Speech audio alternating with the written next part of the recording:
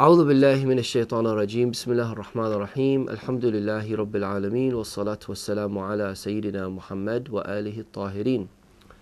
When it comes to the issues related to Islamic sects and the different schools of thought, the different trends within the Islamic ideological faith, it's very important for us to understand how we are able to relate to the new kind of contemporary discussions in this area, especially in the contemporary world where we've kind of like connected and networking so easily with everyone who is around us. We are living in a globalized world and in a mini village, and therefore it's easy to have access to those who are around us, and we are interacting very much as well.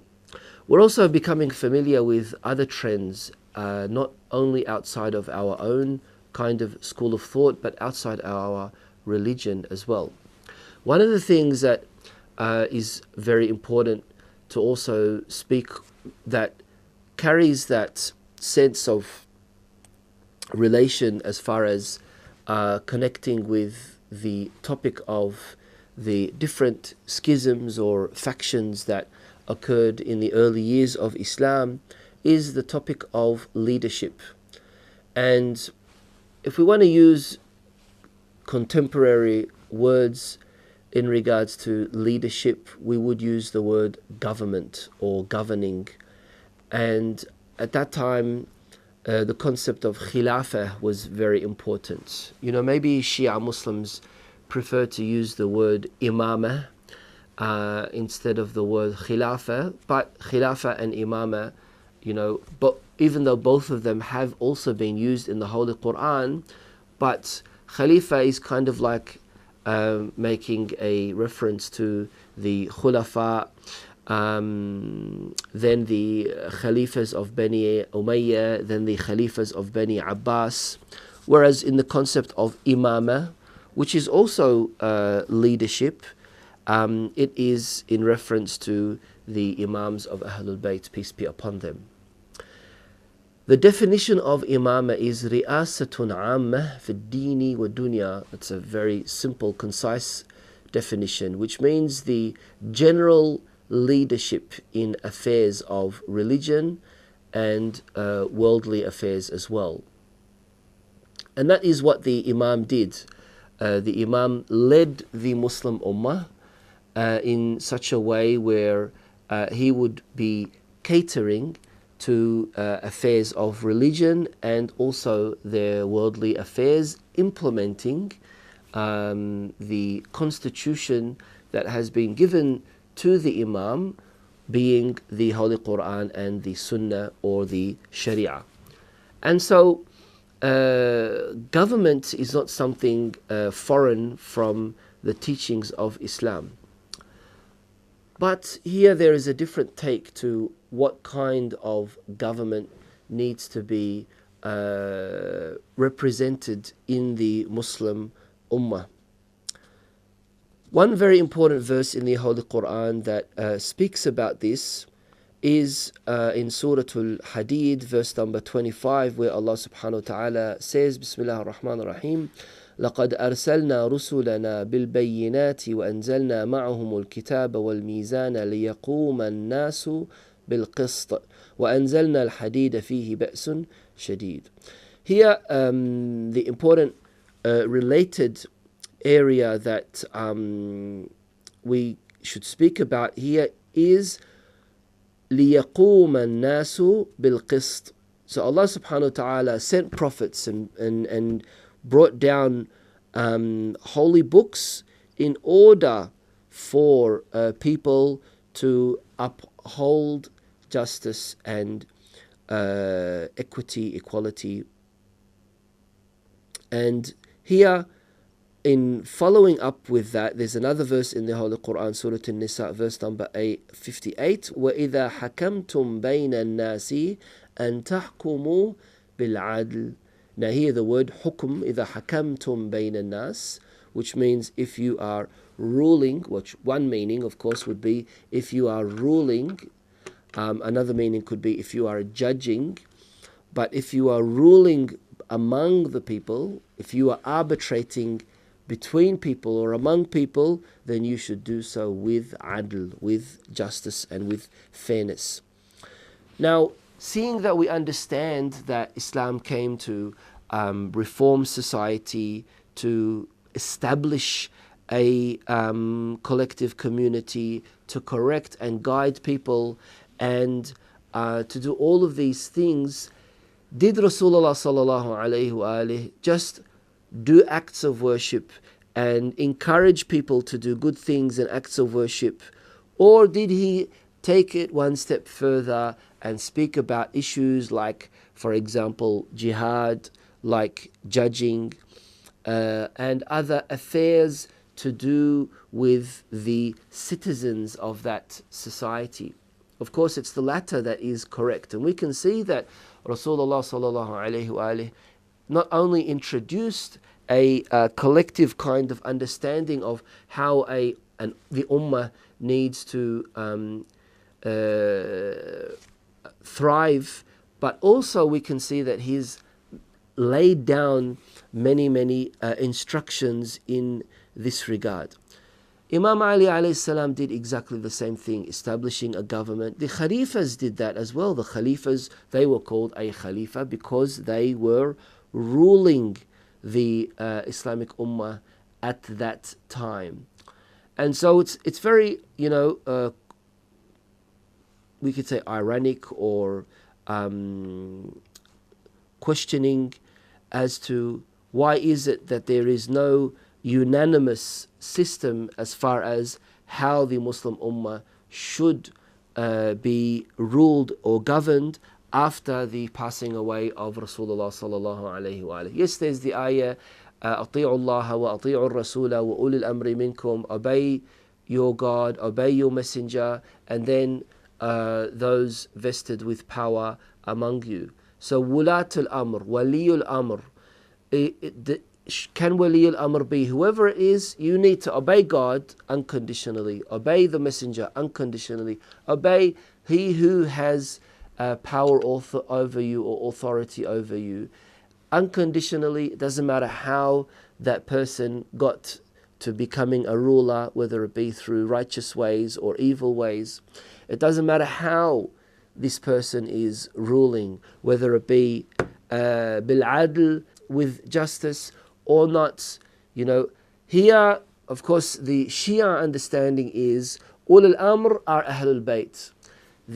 Some of the Sunni scholars have said that wulat al-amr is the ruler, whether the ruler be salih or talih, whether the ruler be righteous or whether the ruler be wicked, you still need to follow the ruler's laws. And this is what we can see in certain countries in the Muslim world, where they say it is even haram. They have a fatwa. It is even not only haram for you to object to anything that the ruler has made clear in his government, but also it's haram and to object. It's haram to object. It's haram to demonstrate or anything along these lines.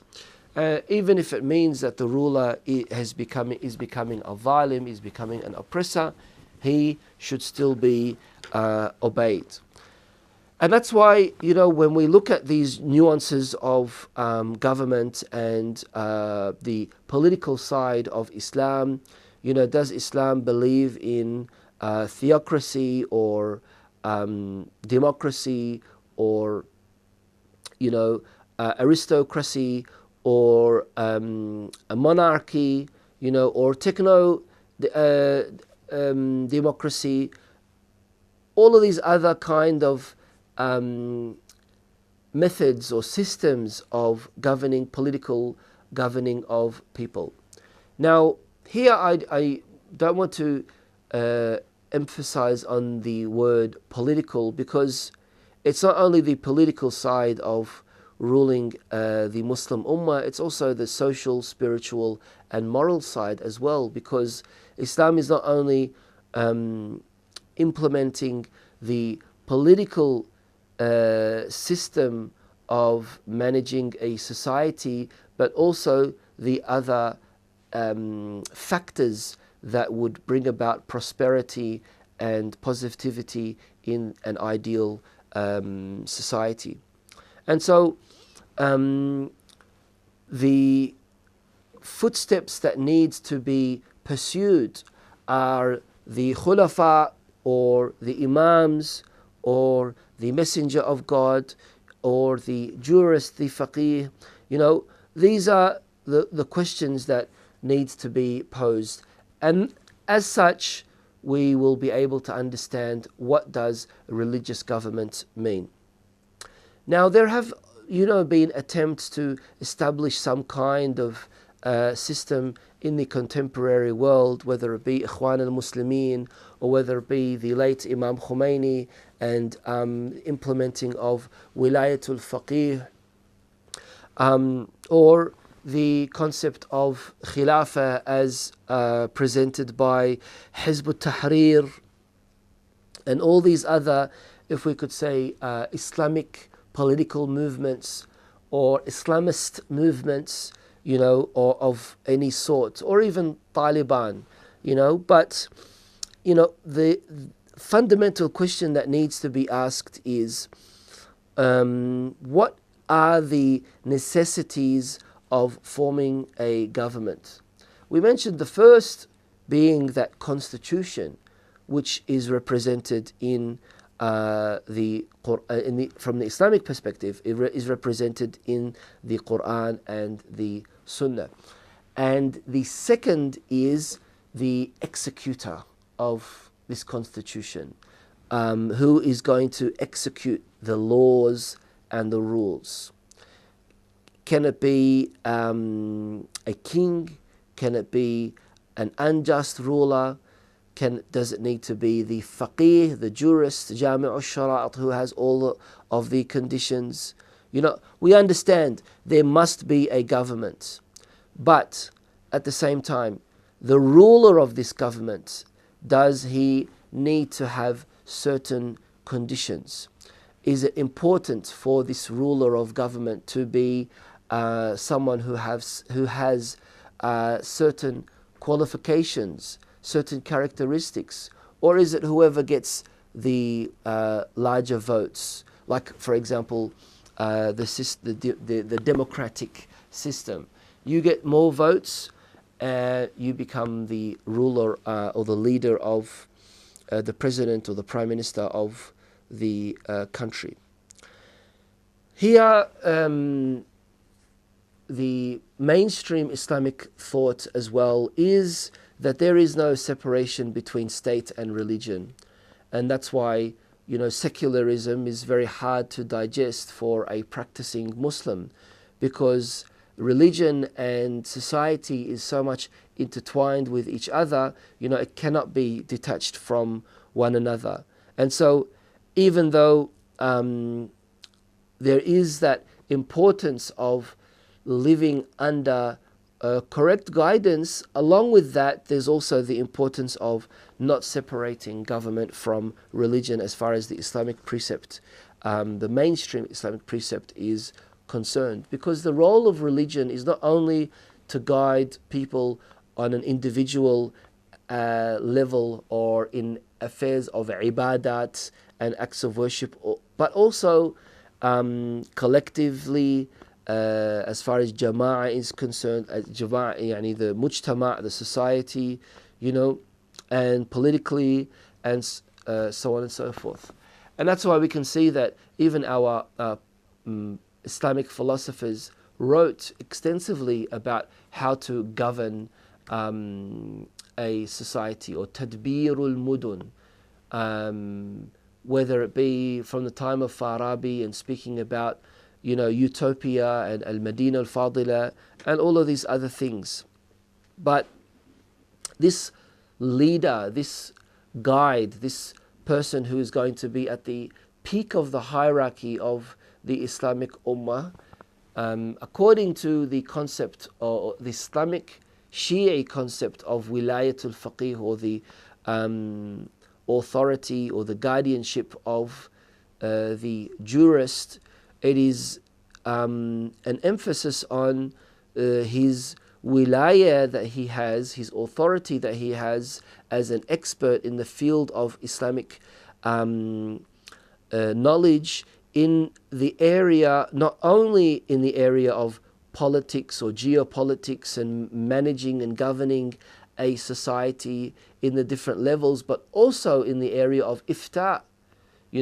Ultimately the person at the peak of this Islamic government, as an Islamic society, as an Islamic country, needs to have that authority for him to be able to, for example, issue a fatwa as far as the prohibition of something, or the boycotting of something, or jihad, or something along these lines, or in the area of qada, for example, or in the area of becoming the guardian, amur hisbiya, as they say, becoming the guardian of someone who doesn't have a guardian, a waliyul amr, and everything else along these lines.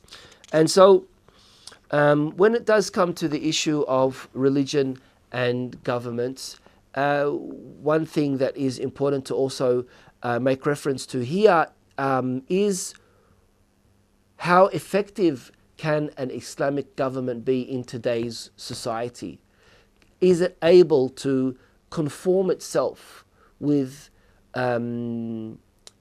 meeting certain issues that other governments might be dealing with, as far as freedom of speech is concerned, as far as human rights are concerned, as far as minorities living under the umbrella of that Islamic government, who follow a different religion or a different denomination, as far as international relations are concerned, as far as issues to do with what would be the global kind of civil understanding of today's society and their demands or requirements or things like that. Can an Islamic government, a pure Islamic government, meet these requirements, whether it be in the implementing of the concept of wilayat al-faqih or ikhwan al-muslimin, or any of these other